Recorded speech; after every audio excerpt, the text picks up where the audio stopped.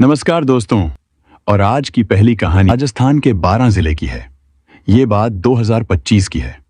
12 जिले में एक थाना आता है, अंता थाना। अंता थाने की सीमा में एक गांव है, धाकड़खेड़ी। इसी गांव में गणेश पारेता अपनी पत्नी रिंकी और 2 बच्चों के साथ रहता था। गणेश पारेता पेट्रोल पंप में काम करता था।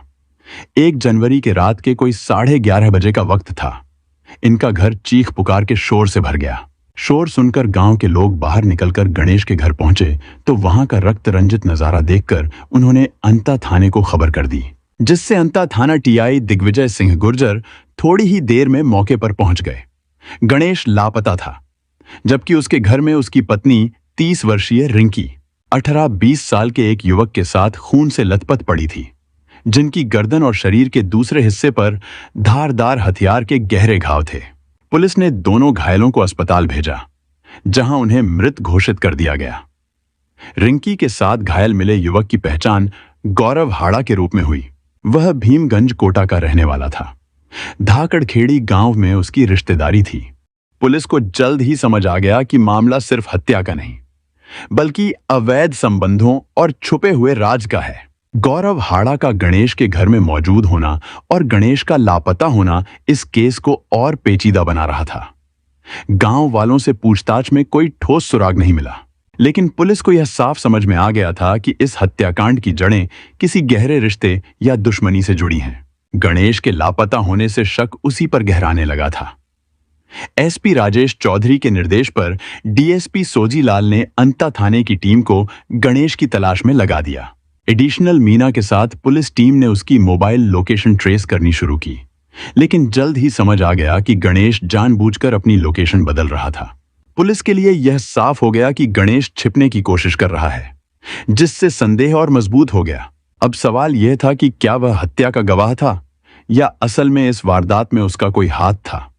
पुलिस ने उसकी संभावित ठिकानों पर दबिश देना शुरू कर दिया, लेकिन गणेश जैसे पहले से ही तैयार था। हर जगह से वह पुलिस को चकमा देकर बच निकलता रहा। जांच के दौरान पुलिस को पता चला कि मृतक गौरव हाड़ा का धाकड़खेड़ी आना जाना पहले भी होता था, लेकिन पिछले 1 साल में यह काफी बढ़ गया था। खास तौर पर जब भी वह गांव आता तो किसी न किसी बहाने से रिंकी के घर जरूर जाता। गौरव के रिश्तेदार रिंकी के घर के ठीक पड़ोस में रहते थे, इसलिए दोनों की मुलाकात भी उन्हीं के यहां हुई थी। धीरे धीरे यह पहचान गहरी दोस्ती में बदल गई और गौरव का रिंकी के घर आना जाना आम बात हो गई। हालांकि इस मामले में सबसे चौंकाने वाली बात यह थी कि 1 जनवरी को जब गौरव की हत्या हुई, उस दिन उसके गांव आने की जानकारी उसके किसी रिश्तेदार को नहीं थी। अब पुलिस के शक की सुई पूरी तरह गणेश और उसके करीबियों की ओर घूम चुकी थी। घटना वाली रात गौरव सीधे रिंकी के घर आया था, जहां उसकी और रिंकी दोनों की हत्या कर दी गई। लेकिन इस मामले में 2 अहम बातें और सामने आई हैं, जिन्होंने पुलिस की जांच को और तेज कर दिया। पहली यह कि गणेश खुद 2 दिन पहले अपने दोनों बच्चों को रिंकी की बहन के घर छोड़कर आया था। क्या यह सिर्फ संयोग था या गणेश को पहले से इस वारदात की भनक थी?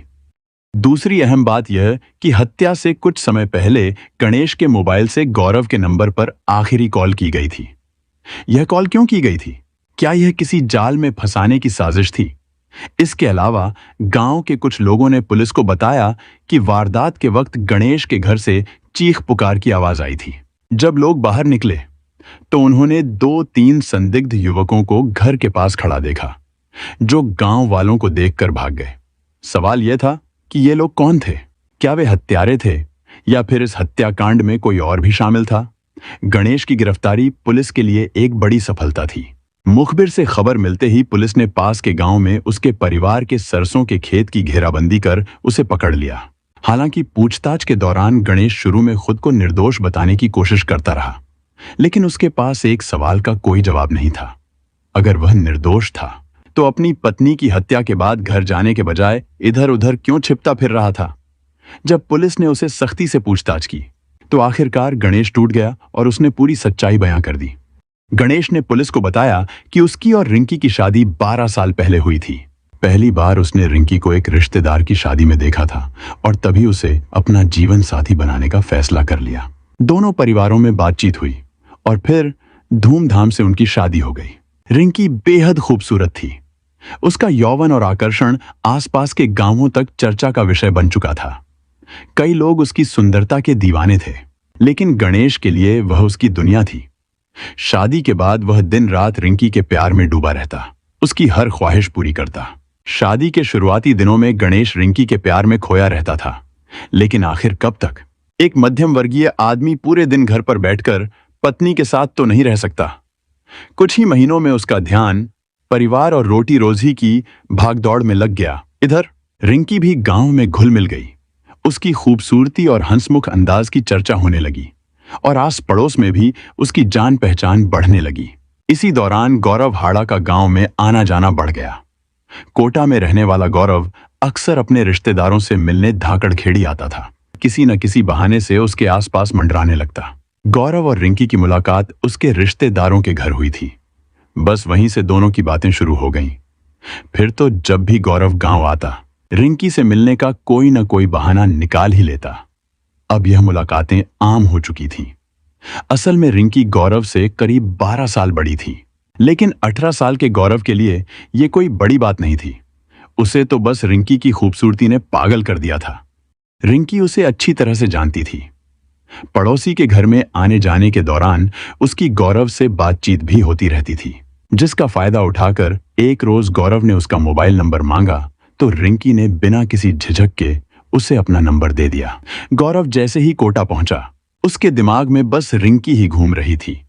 उसने अगले ही दिन आधी रात को हिम्मत जुटाई और रिंकी को फोन मिला दिया। गौरव ने जैसे ही आधी रात को रिंकी को फोन किया, वह थोड़ी हैरान हुई, लेकिन बात करने लगी। बातचीत के दौरान उसे महसूस हुआ कि गौरव उसे सिर्फ पसंद ही नहीं करता, बल्कि उसके साथ रिश्ता भी बनाना चाहता है। उस रात गौरव ने हर तरह से उसे मनाने की कोशिश की, लेकिन रिंकी ने साफ मना कर दिया। मगर एक गलती वह कर चुकी थी। उसने गौरव को खुलकर बातें करने की छूट दे दी थी। अब गौरव यह समझ चुका था कि रिंकी के पति की ड्यूटी कब दिन में होती है और कब रात में। उसका पति पेट्रोल पंप पर नौकरी करता था और गौरव ने यही बात पकड़ ली। अब वह रोज उसी हिसाब से रिंकी को फोन करने लगा। दिन ब दिन उसकी मीठी बातें और मोहब्बत भरे जज्बात रिंकी के दिल में भी जगह बनाने लगे। धीरे धीरे उसे भी गौरव की बातों में मजा आने लगा। फिर एक दिन गौरव ने उससे अकेले में मिलने की जिद की। पहले तो रिंकी मना करती रही, लेकिन आखिरकार वह एक शर्त पर मान गई। बस ये पहली और आखिरी बार होगा। इसके बाद तुम कभी मुझसे अकेले में मिलने की जिद नहीं करोगे। गौरव के लिए इतना भी बहुत था। उसे तो बस एक मौका चाहिए था। गौरव इस शर्त पर राजी हो गया। जब रिंकी ने मिलने की इजाजत दे दी तो वो खुशी से झूम उठा। एक रात जब गणेश अपनी नौकरी पर गया था, रिंकी ने बच्चों के सो जाने का इंतजार किया और फिर गांव के बाहर खड़े गौरव को फोन कर घर बुला लिया। घर में घुसते ही गौरव की धड़कनें तेज हो गईं। रिंकी भी नर्वस थी, लेकिन गौरव की मीठी बातों और जज्बातों ने उसे थोड़ा ढीला कर दिया। गौरव ने उस रात कई बार उसे मनाने की कोशिश की और आखिरकार रिंकी एक बार उसके साथ शारीरिक सुख बांटने के लिए तैयार हो गई। लेकिन यह एक बार सिर्फ एक शुरुआत थी। उस रात जो रिश्ता पाप की दहलीज पर बना, वो फिर कभी पीछे नहीं हटा। अब जब भी मौका मिलता, दोनों चोरी छिपे एकांत में मिलने लगे। प्यार अब वासना का खेल बन चुका था और धीरे धीरे यह खेल उनकी जिंदगी का हिस्सा बन गया। गौरव तो पहले ही रिंकी का दीवाना था, लेकिन अब रिंकी भी अपने से छोटे इस जोशीले प्रेमी की दीवानी हो चुकी थी। अब बात सिर्फ चोरी छिपे मिलने तक नहीं रहा, बल्कि रिंकी खुद भी गौरव से मिलने के बहाने बार बार कोटा जाने लगी। जल्द ही गणेश को इस अवैध रिश्ते की भनक लग गई। पहले तो उसने नजरअंदाज किया, लेकिन जब यह सिलसिला बढ़ता गया तो उसने सख्ती से विरोध करना शुरू कर दिया। मगर अब रिंकी और गौरव अपनी जिद पर उतर आए थे। गौरव ने गणेश के सामने सीधे सीधे बोल दिया, रिंकी अब मेरी है, तुम उसे छोड़ दो। मैं उसे अपने साथ रखने वाला हूं। और इस बात को पक्का करने के लिए उसने 1 जनवरी की तारीख भी तय कर दी। उसका कहना था, 1 जनवरी को मैं रिंकी को लेकर चला जाऊंगा। गणेश के लिए यह सुनना किसी बिजली के झटके से कम नहीं था। उसकी अपनी ही बीवी किसी और के साथ जाने को तैयार थी। गुस्से और बेइज्जती के मारे उसका खून खौल उठा। अब गणेश ने भी ठान लिया कि गौरव को उसकी इस हरकत का ऐसा सबक सिखाएगा कि वह जिंदगी भर याद रखे। इसलिए उसने चालाकी से अपने बच्चों को 2 दिन पहले ही उनकी मौसी के घर छोड़ दिया ताकि वे इस सब से दूर रहें। फिर उसने चुपचाप एक घातक औजार घर में छुपा लिया, गौरव को हमेशा के लिए ठिकाने लगाने के लिए। गणेश की इस तैयारी से रिंकी बेखबर थी। उसे तो बस अपने नए जीवन की फिक्र थी, इसलिए वो पूरे जोश में अपने प्रेमी के साथ भागने की तैयारी कर रही थी। इधर तय दिन और वक्त पर 1 जनवरी की रात करीब 10 बजे गौरव धाकड़ खेड़ी पहुंच गया। गांव के बाहर खड़ा होकर उसने गणेश को फोन किया और बोला, मैं बाहर खड़ा हूं, रिंकी को लेकर आओ और मुझे सौंप दो। गणेश ने बड़ी नरमी से जवाब दिया, ऐसे करने से गांव में बदनामी होगी। यह हमारे बीच की बात है, मिलकर बैठकर हल निकालते हैं। तुम घर आ जाओ, वहीं बैठकर बात कर लेंगे। गौरव ने साफ मना कर दिया। उसने कहा, मुझे कोई बात नहीं करनी, बस रिंकी चाहिए। गणेश ने थोड़ी चालाकी दिखाई और नरम पड़ते हुए बोला, ठीक है, अगर तुम्हें रिंकी ही चाहिए तो घर आकर मिल लिया करो, मैं कोई विरोध नहीं करूंगा। फिर उसने एक और बड़ा दांव खेला, अभी भी आ सकते हो, मैं दूसरे कमरे में सो जाऊंगा, तुम रिंकी के साथ रहना, बस किसी को पता न चले, इसलिए सुबह उजाला होने से पहले चले जाना। गौरव को यह सुनकर यकीन नहीं हुआ, मगर उसे लगा कि गणेश सच में हार मान चुका है। उसे क्या पता था कि यह गणेश का जाल है जिसमें वह खुद फंसने जा रहा है। गौरव गणेश की बातों में आ गया। उसे लगा कि यह भी ठीक है, क्योंकि अभी वो खुद कुछ कमाता नहीं था, तो रिंकी को कहां और कैसे रखेगा। उसने सोचा, फिलहाल तो ऐसे ही काम चला लेता हूं, बाद में जब कमाने लगूंगा तो गणेश से रिंकी को छीन लूंगा। यह सोचकर गौरव बेफिक्र होकर गणेश के घर आ गया। इधर पति की बातें सुनकर रिंकी भी खुश हो गई। उसे लगा कि अब कोई रोक टोक नहीं है, इसलिए वह अपने प्रेमी के आने से पहले ही उसके साथ सोने के लिए अलग बिस्तर लगाने लगी। उसे क्या पता था कि वो जिस बिस्तर को प्यार के लिए तैयार कर रही थी वही उसकी आखिरी रात साबित होने वाली थी।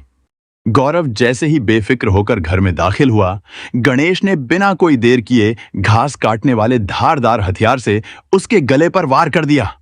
गौरव तड़पने लगा, खून चारों तरफ फैल गया। यह देखकर रिंकी घबरा गई और उसे बचाने के लिए दौड़ी, मगर पत्नी की यह तड़प देखकर गणेश और भड़क गया। उसे यकीन हो गया कि रिंकी सच में गौरव से प्यार करती थी। गुस्से में पागल गणेश ने उसी हथियार से रिंकी पर भी हमला कर दिया और उसे भी मार डाला। इसके बाद खून से सना गणेश वहां से भाग निकला, लेकिन ज्यादा देर तक छुप नहीं पाया। पुलिस ने अगले ही दिन उसे गिरफ्तार कर लिया और अदालत में पेश किया, जहां से उसे सीधा जेल भेज दिया गया। रिंकी और गौरव ने जिस रिश्ते को छुप छुप कर चलाया, उसने 3 जिंदगियां बर्बाद कर दी।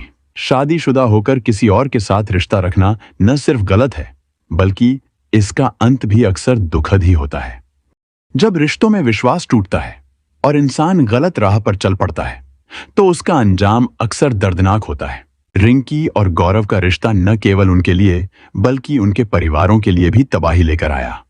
गणेश अगर कानून का सहारा लेता या समझदारी से स्थिति को संभालता तो शायद यह हत्या टल सकती थी, लेकिन उसने गुस्से में गलत कदम उठाया, जिससे उसका पूरा जीवन बर्बाद हो गया। शादी, प्यार या दोस्ती, किसी भी रिश्ते में भरोसा सबसे अहम होता है। अगर रिंकी अपने रिश्ते को लेकर ईमानदार होती और सही वक्त पर फैसला लेती तो यह दर्दनाक अंत नहीं होता। इसका सबसे बड़ा खामियाजा गणेश और रिंकी के बच्चों को भुगतना पड़ा। मां की मौत हो गई, पिता जेल चला गया और बच्चे अनाथ हो गए।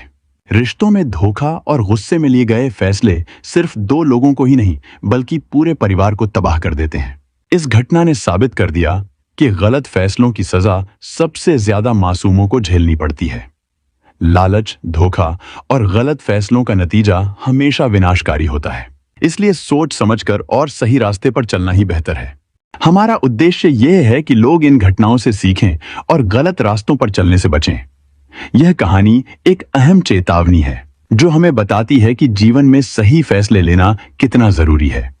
हमें मिलकर एक बेहतर समाज बनाने की कोशिश करनी चाहिए, जहां प्यार और ईमानदारी की अहमियत हो। ऐसी सच्ची घटनाओं और उनसे मिले संदेशों के साथ मैं फिर लौट कर आऊंगा। तब तक के लिए सुरक्षित रहें, सतर्क रहें और याद रखें कि हर कदम सोच समझकर उठाएं।